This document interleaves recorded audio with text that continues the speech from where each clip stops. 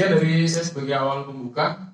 Untuk selanjutnya waktu dan tempat akan saya berikan kepada pemateri pada pagi hari ini. Ya, Bapak.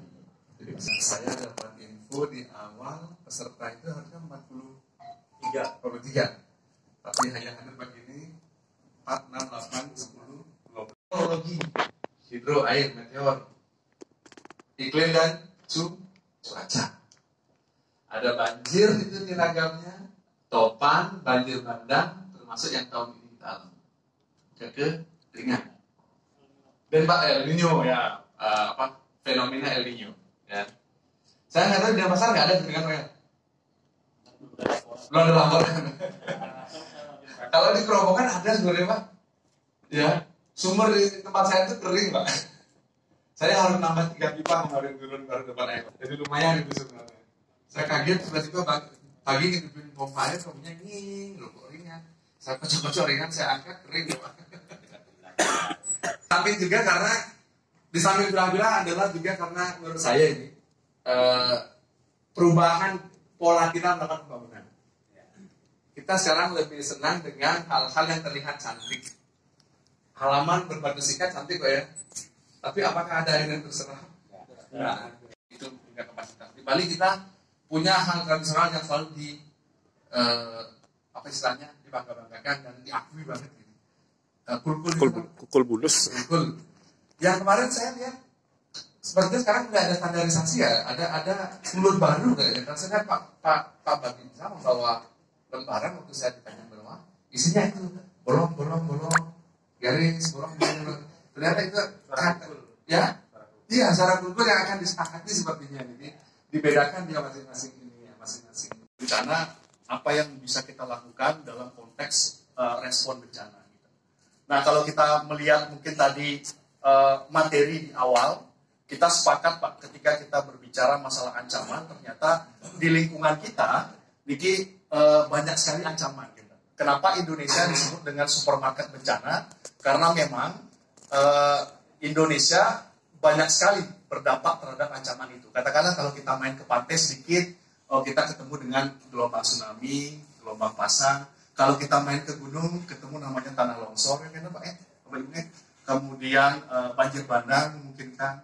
Kemudian kita main sedikit ke perkotaan, mungkin kebakaran, tapi malah gempa, banjir semakin padat kita. Nah, itu ancaman.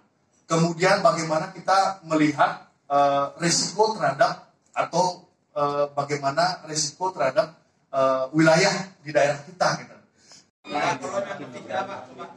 Yang ketiga longsorin masih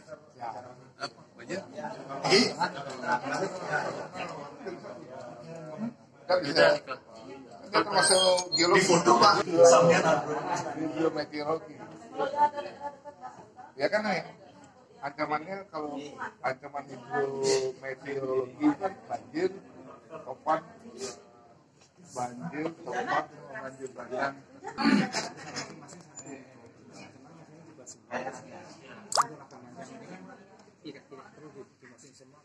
Yang di depan ini contoh di Kusabo Pak ya, di Kusabo Rungkung.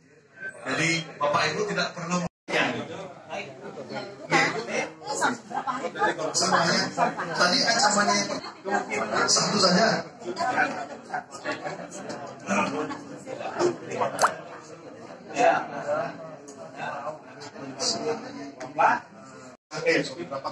Berapa jiwa sampai?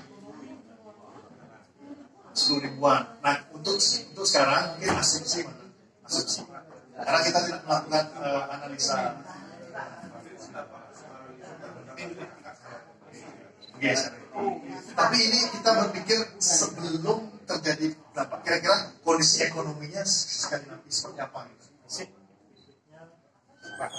Nanti ketika dia terjadi pencemaran dia mampu survive. Anggo di YouTube.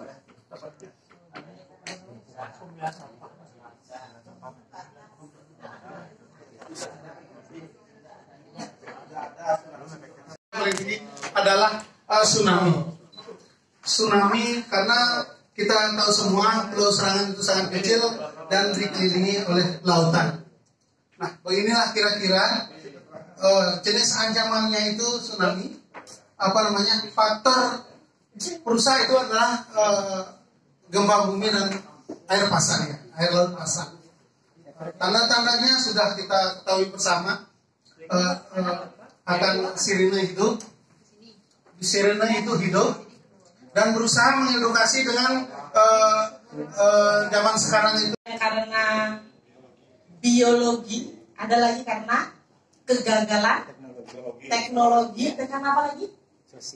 Sosial, betul, Isma. Mantap sekali. Ini baru kader. Ingat ya. Ya. Nah, Bapak Ibu, ternyata Indonesia yang sangat kita cintai ini berada di antara 3 lempeng besar dunia. Lempeng apa saja?